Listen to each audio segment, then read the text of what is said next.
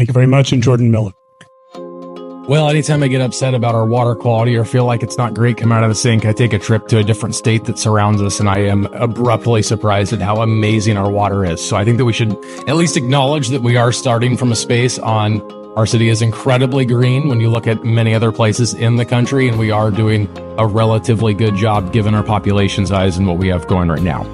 I think everything comes at a cost, and that should be something that residents are involved in deciding.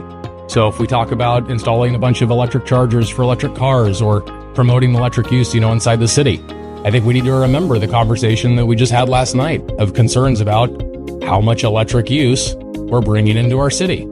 So we need to also be able to evaluate and have residents involved in, if we're going to be installing these things, what's the long-term cost of this infrastructure that we're putting in? And if it makes sense for all the residents here and it can move us closer to being more green and energy efficient, I am all for it.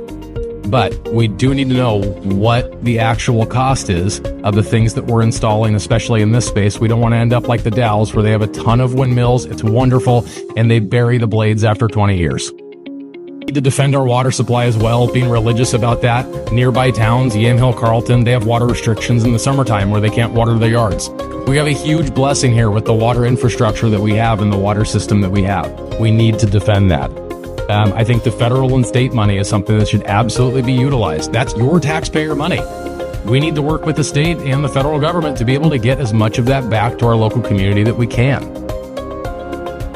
Personally, a small rant, I've become extremely excited about e-bikes when I see them around the city. I think that people misusing them should be penalized. However, I encourage them, and the people that are active because of those things are great. So get out and ride an e-bike if you can. Great little plug for e-bikes.